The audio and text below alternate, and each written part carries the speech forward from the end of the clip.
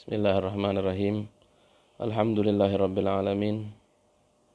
Al-Fatihah biniyatimana wa aslafuna salihin wa bi'anna allaha yunawwiru qulubana wa qawalibana ma'at tuqa wal huda wal afaf wal ghina wal mauti ala dinil islami wal iman bila mihnati wal imtihan bihaqqi sayyidi waladi adnan wa likulli niyatin salihah wa khususan ila hadrati sayyidina wa habibina wa syafi'ina rasulillahi Muhammad ibn Abdillahi sallallahu alaihi wasallam wa ala alihi wa sahbihi wa man walah wa ila ruhi sadatina sufiya aynama kanu fi masyarikil ardi ila magharibiha ila arwahil a'immatil mujtahidin wal ulama'il amilin wa sufiyatil muhaqqiqin wa ahli dzikri wat tauhid wa masyayikh hadhihi al ummah bi anna Allah yataghashshahum bir rahmah wal maghfirah wa yu'li darajatihim fil jannah wa yanfa'una bi asrarihim wa anwarihim wa ulumihim wa nafahatihim fid din wad dunya wal akhirah. Al-Fatihah. A'udzu billahi minasy syaithanir rajim. Bismillahirrahmanirrahim. Alhamdulillahi rabbil alamin. Ar-Rahmanir-Rahim. Maliki yaumiddin. Iyyaka na'budu wa iyyaka nasta'in. Ihdinas siratal mustaqim. Siratal ladzina an'amta 'alaihim ghairil maghdubi 'alaihim waladdallin. Amin. Bismillahirrahmanirrahim. Alhamdulillahi rabbil alamin wassalatu wassalamu ala asyrafil anbiya'i wal mursalin sayyidina Muhammadin wa ala alihi wa sahbihi ajma'in. Assalamualaikum warahmatullahi wabarakatuh. For those who are watching, just a bit of a test. If you can hear me, please make some sort of a sign. Anyways, we continue again our discussion, which is based on the writing of our teacher, our esteemed teacher, Professor Wan Muhammad Nur Wan Daud, the educational philosophy and practice of Syed Muhammad Naqib Al-Attas. Just a recap, we began with a discussion on the metaphysics of Islam, which serves as the grounding position of all sorts of activities, including educational activities in our worldview. We then proceeded to deal with one particular aspect of the worldview, which is extremely important with regards to teaching and learning, and that is the very concept of knowledge itself, its sources, pertaining to its definition, its importance and value. And then in the week that followed, of course, after having dealt with the question of knowledge, then comes the question of imparting knowledge, which is the process of education. So we went through the definition of education as espoused by Professor Naqib Al-Attas based on his process of intellection, which is in turn based on the Islamic intellectual tradition, which is sourced from the Quran. Then in the last discussion, we dealt with the institution or the systematic inculcation, which is the university, the concept in terms of idea as well as reality of the university in Islam. So in this present discussion, we then proceed to discuss on the matter of education itself, meaning to say what is it that is being transpired and how is it to be transmitted. In other words, we are now dealing with the problem of, or we are dealing with the question of curriculum content and educational methods. Methods, as we know, denotes the notion of a path or a way to arrive at something. As for curriculum content, we want to know in roughly what is the focus of the content of Islamic education. We know that the basic content, as we discussed from the previous weeks, of Islamic education is adab or akhlaq.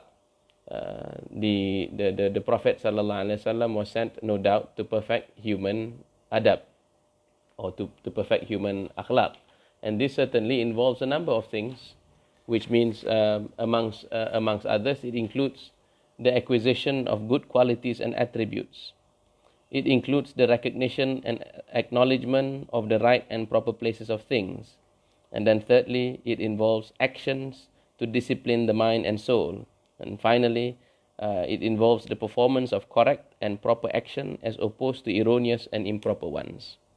Adab will imply knowledge and right methods of knowing, which preserves man from error and disgrace, and by which the condition of being in the right and proper place is actualized. Now this notion of the proper places of things is unveiled, is revealed, is displayed in the Quran. because the system that the Quran projects, as we know, takes into consideration that the source or the author of the Quran is also the same author of the universe, the creator of mankind, who knows that which he creates in terms of that which is manifest and hidden. And he communicates with mankind via revelation. And this communication, which is found in the form of the Quran, reveals to us the relative values and the realities of things. Because the Quran begins with a survey of the ghaib as well as the shahada. The ghaib is the unseen, hidden reality. And the shahada is the realm of sense and sensible experience. Now this realm of, these both realms, the realm of the alamul ghaib wa shahada, Allah subhanahu wa ta'ala is its perfect knower. Alimul ghaibi wa shahada. He is the one who knows both the hidden and the seen realities.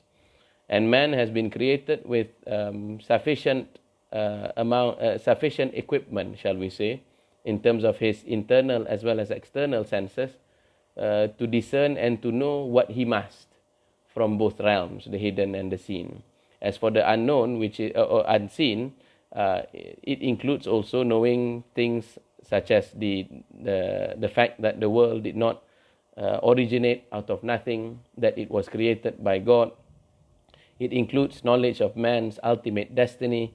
It includes ethical realities, yes, and it includes certainly the belief in the afterlife, in the resurrection, in which all human actions will be judged accordingly. So therefore, this is the basic content of Islamic education. The basic content of Islamic education reveals to us the proper places of things to such an extent that it would preserve the person who possesses knowledge of this type from disgrace.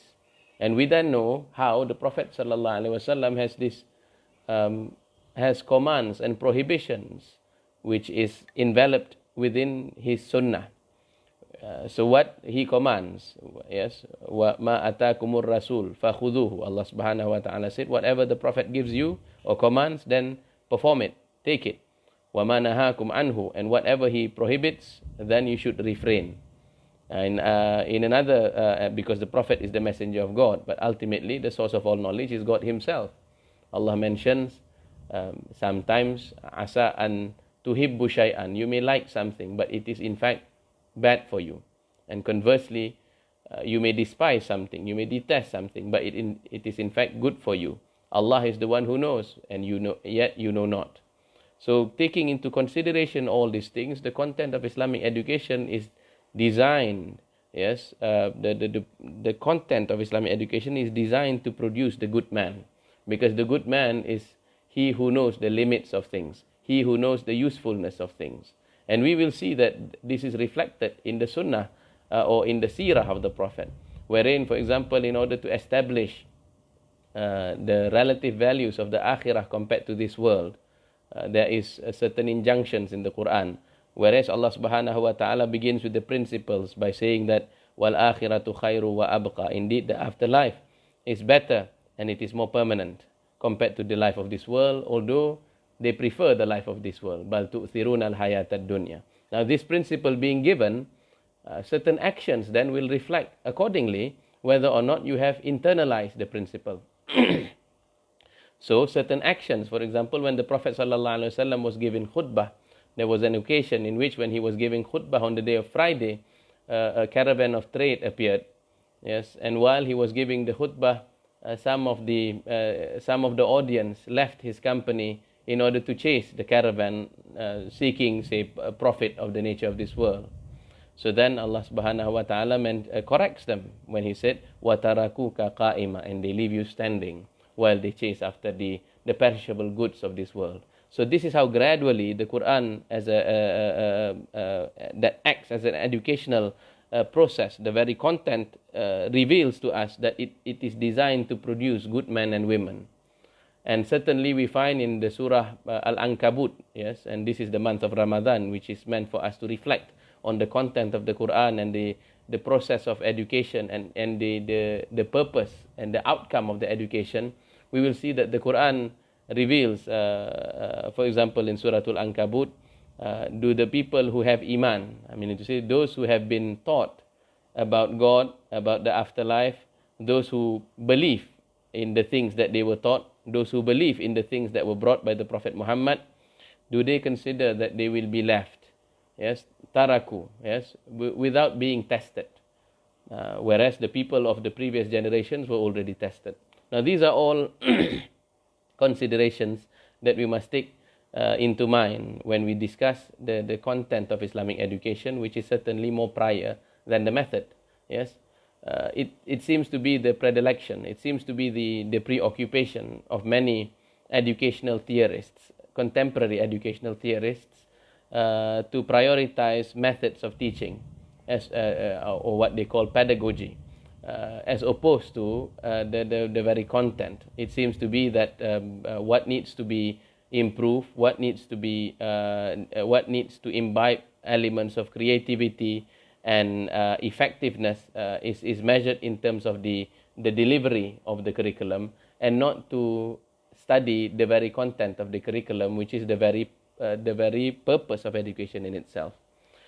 So, with regards to the Islamic intellectual tradition, while we prioritize the content, while the content is the purpose, it does not mean that the methods of teaching, the methods of learning is by no means important, because we know that method, or shall we say literally the path to arriving at something, denotes the notion that there are certain ways which are more effective than others. And this is the conception or the notion of a method is already evident in certain writings, such as the piece by or the treatise by Imam Al-Zarnuji, which is called the Ta'lim Muta'allim Tariq At-Ta'allum. So you see there the notion Tariq emerges, which is literally translated as the instruction for the student on the purpose or on the method of learning, I mean on the path of learning. So, and in the preface or in the introduction of that treatise, Imam Al-Zarnuji mentioned that amongst the purpose that drove him to write that treatise was because he saw that many students of knowledge fail to become accomplished scholars. In his time, he was making an observation of the many students in his time that failed to accomplish the purpose of knowing, or the purpose of the purpose of learning in Islam, or the purpose of education in Islam. And this is therefore, if we see the entire makeup of the work, Al-Zarnuji organizes in a systematic manner the ways in which one can increase the chances of mastering the sciences, increase the chances of becoming an accomplished scholar. And by that is not merely meant the external paraphernalia of scholarship, but ultimately the real purpose of knowledge, which he mentions as the most important starting point. Professor Wan proceeds in this chapter, after the recapitulation about the conception of adab in Islam, to discussing the foundation of the educational method, which he says as spiritual in nature. And this he summarizes based on the writings of course, Al-Zarnuji, as we already mentioned, but also At-Tusi, and more fundamentally Abu Nasr Al-Kharraz, based on his book, the Kitabu Sidq, the book of sincerity. So Professor Wan, highlighting the point made by Abu Al-Kharraz, which incidentally is also mentioned in Professor Naqib Al-Attas in several of his writings, with regards to the intellectual, or rather the sanad of the Sufis, which he mentions as being the source of some of his writings, like in the Intuition of Existence and several other parts in the Prolegomena to the Metaphysics of Islam. Now, according to Professor Wan, citing from the above scholars, he mentions that the spiritual foundations of learning are to be encapsulated in three aspects. Of course, out of these three principles can emerge others and can be added several others, but these are foundational. The first is the intention, the niyyah. We know that the the very well-known hadith, which is quoted in several works, not only the major works of hadith, is the one that talks about the centrality of intention, wherein the Prophet ﷺ mentioned that actions are to be judged, are to be determined, are to be rewarded or punished based on their intentions. Innamal a'malu bin niyat. And then that for every individual, his achievement of what he earns is also based on what he has intended. And the Prophet ﷺ uses the experience of the hijrah to demonstrate this point. So whoever that made hijrah, and why, if we were to reflect, for example, why the occasion of the hijrah, the occasion of the migration, is the one that is considered as, shall we say, foundational, or in other words, as most demonstrative of the efficacy of, say, intention, is because migration involves difficult things, both externally as well as internally. During the time of the Prophet, when migration would mean leaving behind an established and regular way of life, which they have come to love. It includes leaving behind the town or the city that they love, which they grew up in. And the city that you grow up in will afford you privileges of social network, which is also understood as social capital and wealth, cultural capital and wealth. The city that they had to leave behind holds a high value for them, and especially because for some of them, the city that they left behind includes leaving behind their family and leaving behind their material possession, which they have worked so hard for to establish. So therefore, whoever that performs this act of hijrah, as the Prophet ﷺ is admonishing his companions, ought to do it for the best and the highest possible reason. So, as he said, whoever intends this hijrah for the sake of God and His Prophet, which is the only acceptable one, which is the highest intention, therefore he will obtain of that. And whoever that does the act for the world and whatever it contains, or for a woman, or for a beloved, in order that he may marry the beloved, then that is all that they will obtain. Certainly, of course, the world and its contents, yes, meaning to say material wealth and possession, is something that people would happily leave behind their hometowns. Many business people, many successful entrepreneurs have done this in human history. Conquerors have conquered lands in order for possession of the world. And similarly, many people also have left behind things that they love for the sake of marriage, for the sake of winning the hand of a person in marriage. But either the world or a person that you choose to marry, if that is your intention, then the world then that is the extent of your achievement. It will not last forever. It will perish as the world will perish also. So certainly, we can use this to understand the act of acquisition of knowledge. Yes, because knowledge is the highest good possessible by man, because knowledge pertains to an attribute of his soul. Knowledge is the arrival of his soul at meaning, and the meaning which arrives in his soul. Knowledge will be his companion in the afterlife. Knowledge is the means through which he obtains the rida, or the contentment of his Lord. So certainly, in pursuit of knowledge, you must not intend to acquire knowledge for anything less than that. And this is shown in practice by Professor Naqib Al-Attas throughout the days of Istak, as documented in this very important book. Prof. Wan mentions that in some private discussions, that Professor Al-Attas always informs him that he must tell the prospective students at Istak, and we can also attest as students in CASIS that Prof. Wan would continue in this manner, that he will advise students who want to study at CASIS, and previously Prof. Al-Attas advised those who want to study at Istak, that they ought to intend their study for the sake of God, for their love of knowledge, for their love of Islam, for their intention of understanding the profundity of this religion, how profound the teachings was, and to understand what Islam has produced, or what the civilization of Islam has produced in history.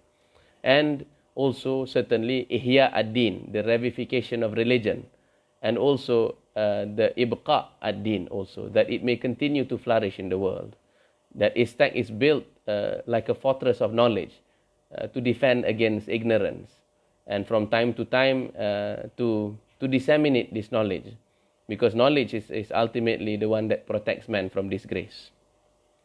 So the intention of studying, therefore, has to be set, and it has to be pure. It has to be, as some of the scholars have summarized, first it has to be for the sake of the rida of God, to seek God's contentment, because to seek God's contentment is the highest possible goal. It is the meaning of happiness, because if God is content with the servant, then God will reward with the servant with the true nature of felicity and happiness. In this world, it means being given states, ahwal, being given states of feeling and emotions and spiritual states with regards to the soul and his Lord. The beginning would be ma'rifah, knowledge of him, but in its higher forms it includes, for example, fear and hope, having experiences of pining after him, mahabbah being its highest form. This is the reward of the servant who seeks knowledge for none other than Allah subhanahu wa ta'ala. Also, of course, the purpose of seeking knowledge, which is noble, pertains to the abolition of ignorance in oneself, the removal of ignorance in oneself, and also having discovered ignorance, in order to refrain from ignorance and to refrain from companies of those who espouse the ways of ignorance. And also, of course, as we mentioned already, ihya ad-din wa ibqa ad-din, and in order to defend the principles of religion and to ensure its practice in society. As for the second condition after say intention, it is sincerity.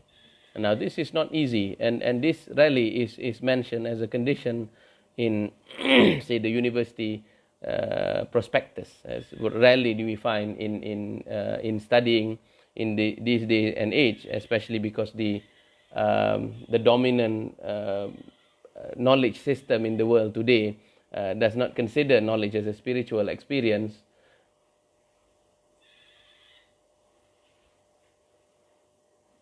Knowledge as a spiritual experience. So therefore, when teaching no longer therefore prioritizes say sincerity. Now this siddiq, as defined by Professor Al-Attas, as siddiq, or truthfulness or sincerity, is understood as, or sincerity is understood as siddiq, yes, is understood as being a property of sentences. Meaning to say, a sentence can be considered to be true if it fulfills two conditions. One is that it is a statement that corresponds with facts. It is a statement that corresponds with the reality of the situation. Secondly, and this is more prior, because this involves the innermost self, it involves the being true to that which you utter. And with regards to the sincerity which is required in the process of education, this latter is more is as important, if not more important, than being able to uncover the former, which is the being able to say things as they are correct. Professor Al-Attas highlights the verse of from the Quran, which is in Surah Al-Munafiqun, that talks about the hypocrites. إِذَا جَاءَ الْمُنَافِقُونَ, when if the hypocrites, when the hypocrites, they come to you and they say that you are indeed the messenger of God, God bears witness that you are indeed his prophet, but God also bears witness that they are indeed liars. So this already shows that in the Quran, this conception of truth holds this both internal and external component. In the case of the hypocrites, it is not that their statement was false. Their statement was correct, that in fact the Prophet was the messenger of God.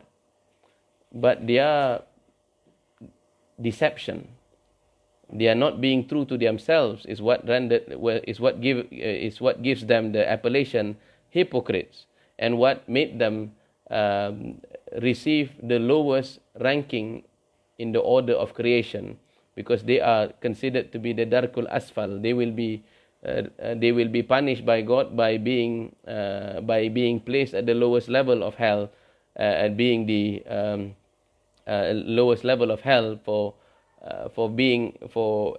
basically confounding the truth, or for distorting the truth, for pretending to be truthful, but on the other hand act in a manner that is detrimental to it. So the students of knowledge has to be truly sincere and has to watch that their external statements, which may be peppered with, say, sweet words, do not contradict their innermost self. And we know that, for example, in the story, or in the intellectual tradition of Islam, in the history of the religious tradition, our scholars were very concerned about inward sincerity. Imam Abdullah ibn Alawi al-Haddad, in some of his prayers, mentioned that he asked Allah subhanahu wa ta'ala to make his internal self more beautiful, yes, sirri, his internal self more beautiful than his external self, and he asked that his external self also become salih, that it becomes good. Because the internal is ultimately the place of God's vision, meaning to say the place of God's observation, whether or not you are truthful. And the Prophet mentions in several places, Inna Allah la yandur.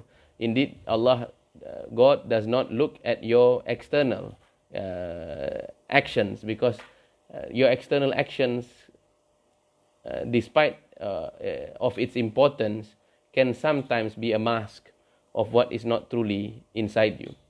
And truly, as Prof. Wan would remind us several times in the experience of learning with him, that he mentions that some students of knowledge, if they are not sincere, they may be able to hide this deception for a period of time, until they become established, until, for example, they have a certain title, until they have a certain position, at which point they perform the act of betraying their teachers. Or when they see that there is another bigger opportunity, since they were not sincere to begin with, since their intentions were not correct to begin with, when the opportunity emerges, then that is when they will show their true colors, shall we say. Sincerity certainly is amongst the most important attribute in human leadership. Supposing we produce graduates who are not truthful, who are not sincere, whose intentions in seeking knowledge is false. Imagine if they were given positions of authority and power, they would wreak havoc in Muslim community, or in the world community at large.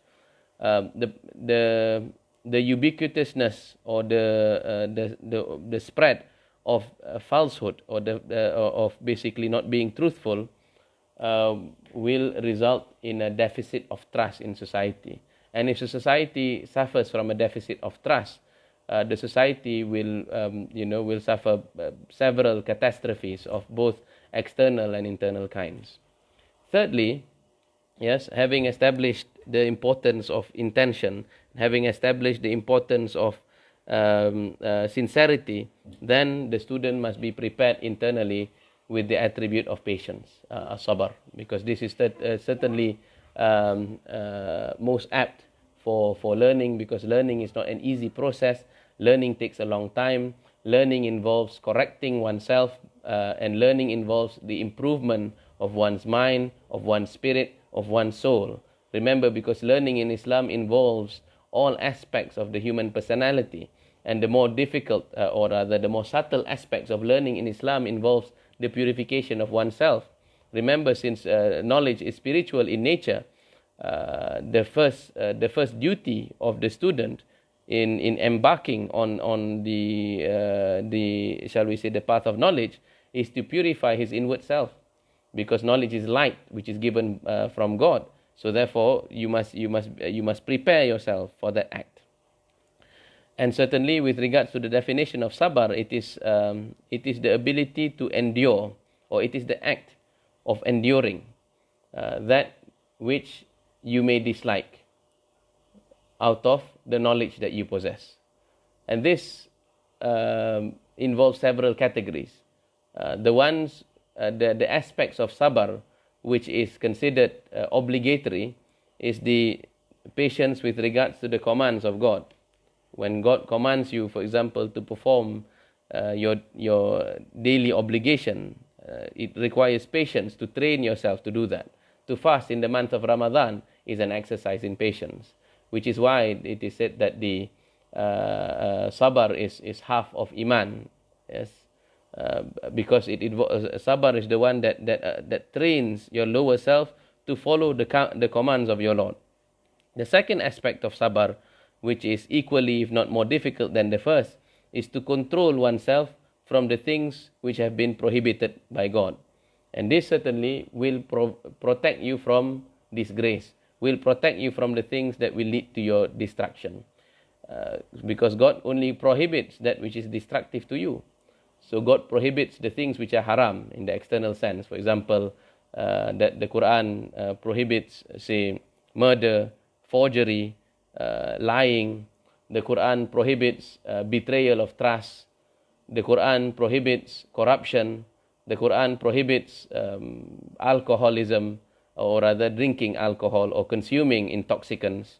It prohibits gambling and certain other acts which is detrimental not only for the individual, but for the individual as a member of society. But more subtle than that, the prohibition that one needs to bear with is how to not succumb, for example, to the whisperings of jealousy, the whisperings of envy, how to not succumb to arrogance, how to not succumb to avarice, how to not succumb to, say, overbearing pride, and other more destructive internal vices, which includes riya, yes, ostentation, seeking praise.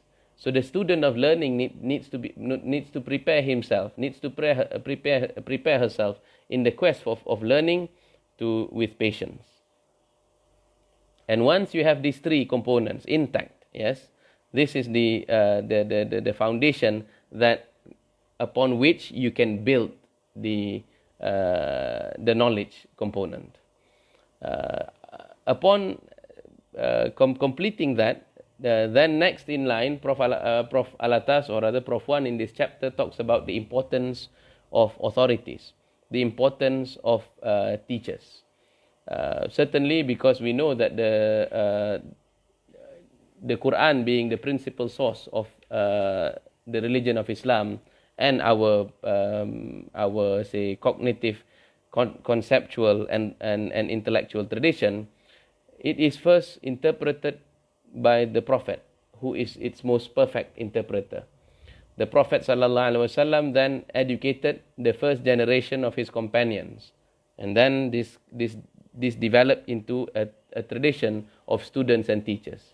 The interpretation either will be correct or false. We know that the Quran warns about the dangers of false interpretation, that those, for example, who possess sicknesses in their heart, or those who suffer, yes, from al-zayg, فَأَمَّا الَّذِينَ فِي قُلُوبِهِمْ زَيْغٌ, those who suffer from a sickness of their hearts, they will interpret the Quran according to their whims and desires. And this certainly is part and parcel of the problem of the corruption of knowledge.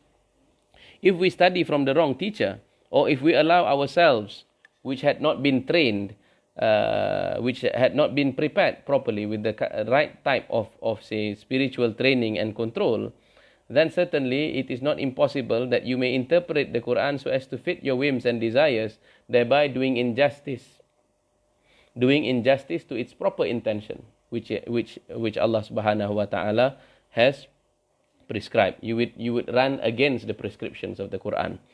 And so to continue, choosing the right teacher is certainly foundational. Because choosing the right teacher would not only mean being able to listen to the most correct interpretation from a teacher who belongs to a line of learning who himself has underwent the proper process of perfection, or the process of education. It also means that the teacher, if we are fortunate, would be a person who would understand his student in terms of the capacity. The teacher would advise the student on the most optimum path of development. We know from the history of our tradition that we read that many teachers was so instrumental in the career of the student. For example, we know of the case of Imam al-Bukhari, who had initially set out to become a faqih, to become a jurist. Wherein he was advised by his teacher, due to his amazing talents in memory and his, shall we say, industriousness. The teacher recommended that he shift his focus towards the study of hadith, and he then became Imam al-Bukhari, who became most accomplished, whose Sahih is one of the most important books that has ever been produced in our tradition. So similarly, if you come into contact with the right type of teacher, the teacher will advise you to will be able to advise you as to what you need. Yes, and this is where what the teacher does is shall we say, in this case, provide a limit for you. And limitation, as has been established in the Islamic in the worldview of Islam as part and parcel of the philosophy of science, limitation is certainly not a shortcoming, because we know that human beings live finite lives, and we have finite talents, and we have finite opportunities and capacities.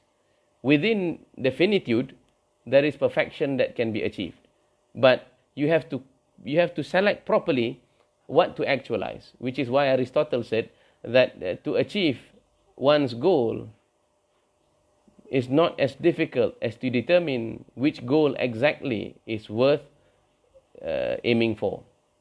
And the teacher, having established a profound and intimate relationship with the student, will be able to advise, yes, at the very least, the student on what path of development that he should embark, which does not mean certainly that once he has accomplished, say, one position of the school. This is something also that Professor Naqib Al-Attas advises his students, that he said that a student, and this echoing certainly the great scholars of the religious tradition of Islam, that you must remain loyal to the teacher at least until the completion of the course, until you understand the uniqueness of one position. Otherwise, you will suffer the fate of being stuck in a labyrinth of several positions which are mutually conflicting, and you remain in a state of confusion. And in the case of some people, they remain worse, or they become worse than when they started, because now they have added their dimensions of, shall we say, confusion. But in the case of the person who follows the right advice of the teacher and begin with the sure position of something that which is known, which is added and augmented until the confidence within that style, within that position of that school or that tradition, he then can go on to mastery, and then gradually go on even into the comparative aspects of learning. So certainly this is part and parcel of the educational method, the teacher being an important component. So just as authority, authority is extremely important with regards to choosing teachers, authoritativeness with regards to books is also important. This Professor Al-Attas mentions that Ibn Khaldun was also of the same opinion, that reading, say, too many books on the same subject will only lead to confusion in the students. It would have been much better for the student to select, say, an authoritative author, an authoritative work in a particular discipline, because the authoritative scholar in a particular discipline would have encompassed the discussions and the issues of what is also found in the lesser books within a particular discipline. So we can see, therefore, that this is the role of method, meaning to say this is the role of what method does is that it makes your learning effective. Imam al-Zarnuji wrote an entire tract, as we mentioned, that talks about not only in the choice of teachers, He recommends, for example, that you are to seek the advice of the authority in your locality before embarking on your journey to seek knowledge. And this is a very important advice, because the authority within your locality would know, based on his preliminary, or rather based on his experience of the local population that you are expected to return to. He would know what is needed. He would know what type of science and knowledge to develop. And this is the ultimately the practical implication of the fardu kifayah. A scholar who knows what the society requires and what the society needs. And this type of advice is not limited certainly to just students of knowledge with regards to the religion of Islam. We know also that in the sciences, in the technological sciences, even in philosophy, if we do not do this preliminary study or preliminary survey of who are the authorities and your own local setting, it is not impossible that you may end up, say for example, becoming meaning to say, you may end up performing the research programs of other scholars whose research program bears no interest nor influence to you. So therefore, the criteria of authoritativeness in a scholar is not only, say, fame, is not only, say, a person's say citation in today's parlance, but it is you ought to seek the scholar, as Imam al-Zarnuji mentioned, who is most learned, who is most pious. And then after having these two, which is most important, he also adds an akbarusin, and the one who is older, because the one who is older would have the benefit of experience also in choosing the right teacher. And certainly consultation, because consultation, as Imam al-Zarnuji mentioned, the intelligent person, human beings are of several types. There are complete individuals and those who are half individuals. The complete individual is the intelligent person who consults. The half individuals is the one who is either intelligent but does not consult, or the one who is not intelligent but at the same time he consults. And the worst in this case, who amounts to nothing, is the one who is neither intelligent nor consults others. In shura, in consultation, is a command by God, which the Prophet ﷺ also habitually practiced throughout his life, and that which is habitually practiced by all the Khulafa ar-Rashidun. The practice of the consultation will lead to arriving at the best possible outcome, or it protects the decisions from, say, untested, meaning to say it ensures the best possible outcome, shall we say. Now these are the methods that has already been mentioned by Professor Wan. There's several more certainly, if we were to consult the great works such as Imam al-Zarnuji and even Imam al-Ghazali's section on the adab of students. And just to reiterate one final point about the importance of choosing sincere teachers, teachers who are as your spiritual fathers. They will lead to your optimum road of development, because Imam al-Ghazali also mentions in the book Ayyuhal Walad that the role of the teacher is like the gardener who removes from your soul of the outgrowth of weeds, the outgrowth of say several other organisms that would be destructive to your growth. Because certainly the long journey of knowledge, yes, how many people do not succeed in obtaining the goal of learning, although officially they may end up having say accomplishments in their certificates and in the official recognitions, but ultimately they may fail as human individuals. Now, as for the content, of course, we mentioned that the content of Islamic education is further subdivided into the fardu ain and the fardu kifayah, and we have dealt with this in the previous weeks. The fardu ain, as Professor Al-Attas mentions, is not a static category, but it is a dynamic category that takes always into consideration the requirements of the individual, first and foremost, meaning to say how the individual can live a successful life in this world with regards to his hereafter, meaning to say how he can perform all the duties that is obligated to him by God, and how he can avoid the prohibitions that Allah has prohibited for him. So therefore, for the sake of for the student, the study of the Fardu Ain, as Professor Al-Attas mentions, at the higher levels of education, at the higher institutions of learning, would also grow considerably, because it will now include studies into the nature of the universe, studies into the nature of the relationship between God and the universe, which is encompassed within the discipline of Kalam, within the discipline of Tasawwuf, or as metaphysics, and the study of Tasawwuf also as ethics in the more subtle components.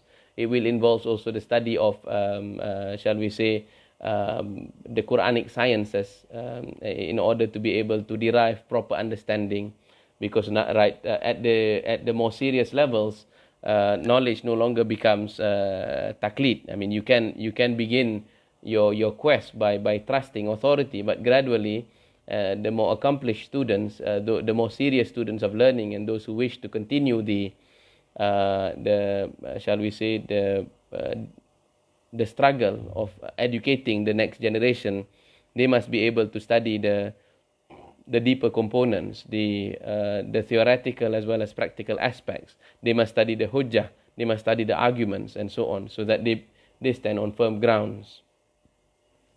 As for the Fardu Kifayah, which is translated as the studies whose obligation is for the sake of the sufficiency of the community, Professor Al-Attas mentions that this also is certainly a dynamic category, because knowledge of this nature is with regards to, say, the material life of the community and the organic requirements of the society, by definition would be something which is infinite. It will continue to grow.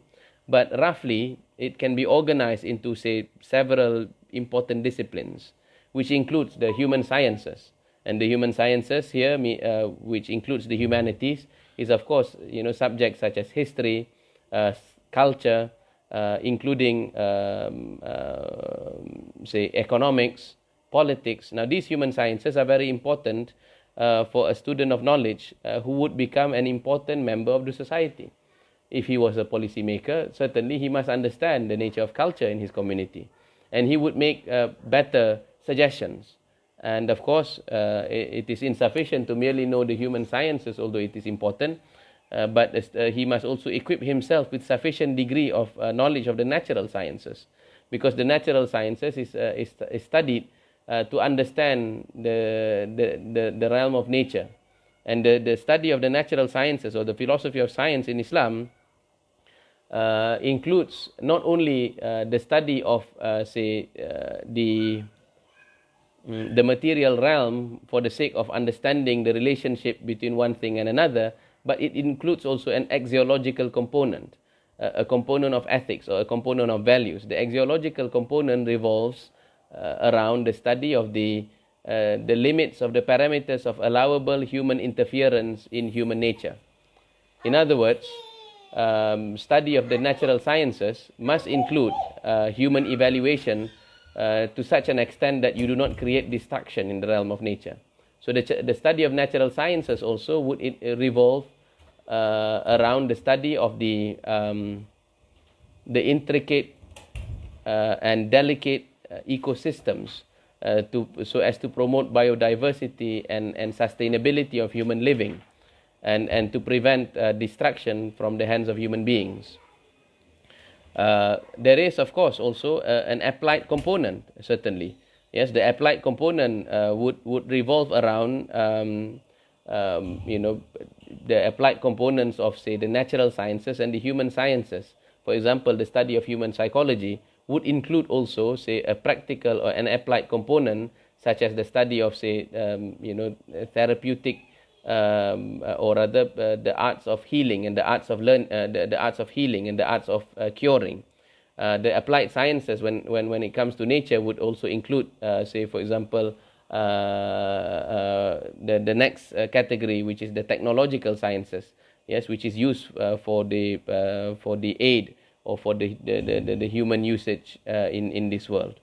Then, of course, aside from this, which has already mentioned, Prof. Alatas also lists in this list of fardu kifayah, comparative religion, and it would be especially important in the world that we live in today, as we encounter people of different religions. And the purpose of the study of comparative religion as a fardu kifayah science, having already accomplished the fardu ain, is to understand, for example, points of, say, convergences, the ethical principles that we share with other religions, and to understand the sensitivities also, such that this is part and parcel of the command of the Quran, that we are not to, we are not to encroach upon the sensitive elements of, say, the adherents of other religions, because otherwise it would lead to a no holds barred sort of human living, and the system of human living in Islam would promote harmony and not create disharmony. Finally, or rather, the next component of the fardu kifayah is Western culture and civilization, and this also is part and parcel of the fardu kifayah of Islamic scholarship today. We cannot fail to study Western culture and civilization with regards to its growth in history, its conception of knowledge, its conception of the university, the prevalent spirit of Western culture and civilization, the growth of its philosophy. All these things are important because this is the primary or the dominant civilization which is involved in the spread of knowledge, and which is also involved in the problem that we suffer in the various realms today, and which we must engage with creatively in several disciplines. And then, of course, there are other aspects, such as the study of Islamic languages, the linguistic sciences, and this also in order not only to promote, say, proper diction and to promote the growth of Islamic sciences so as to capture and describe reality properly, but also for the growth of literature, which is in itself valuable for human civilization. And then finally, Islamic history, which for some would not only be fardu kifayah but also fardu ain, or elements of it. So having summarized this, we will then see that the difference between, say, the fardu kifayah as Professor Alatas has arranged it in this most dynamic fashion, compared to, say, the general education, which is usually described by the liberal arts program, is that the fardu kifayah in this case entails already or rather this fine balance between the fardu ain and the fardu kifayah involves the development and actualization of human individuals who can function properly within his society. As for the general education, now, I mean, you may, for example, choose to take subjects from several disciplines. You expose yourself to you invite yourself to this culture of learning so as to become a learned person.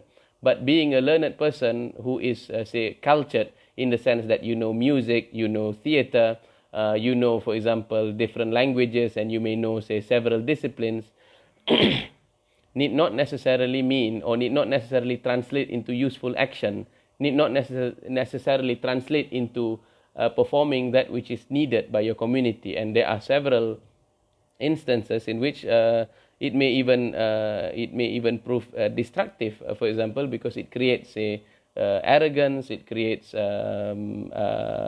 distrust, it creates doubt for not being in possession of a proper framework of learning.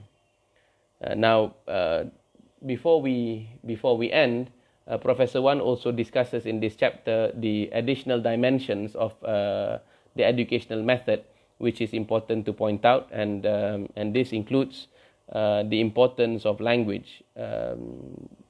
Present-day science and present-day education tends to promote that kind of learning which will be conducive to the industrial needs. So therefore, language may sometimes not be put as an important priority. And certainly, we know that there is a crisis in the education system today, which follows the industrial model, in that, say there is a crisis in the humanities. They do not get enough funding, and certainly the religious sciences also likewise. But if we are able to restore the proper understanding of knowledge, which is the improvement of human beings, then language will need to be restored in its proper place, because language is the key to understanding many aspects of the religious tradition of Islam. And certainly, I think before we end, Professor Wan also discusses the importance of studying and understanding faculty psychology, which is part and parcel of, the understanding of human beings, and this also, of course, to promote the most effective means of learning.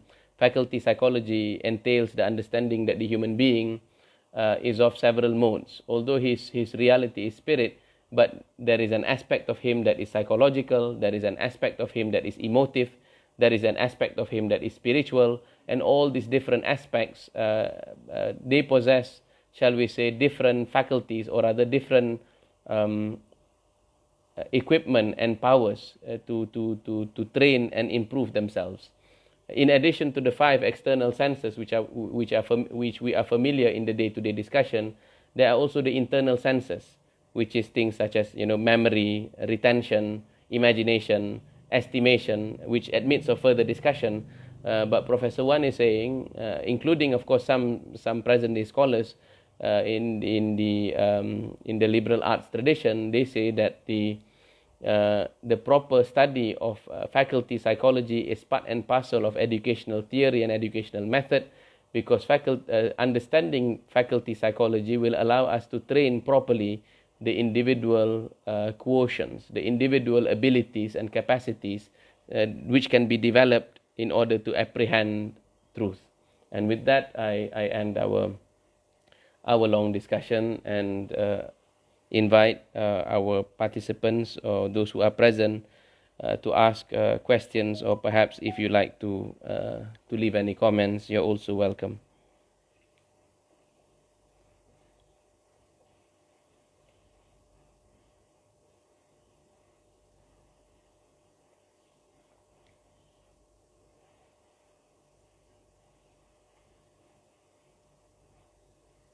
Any questions?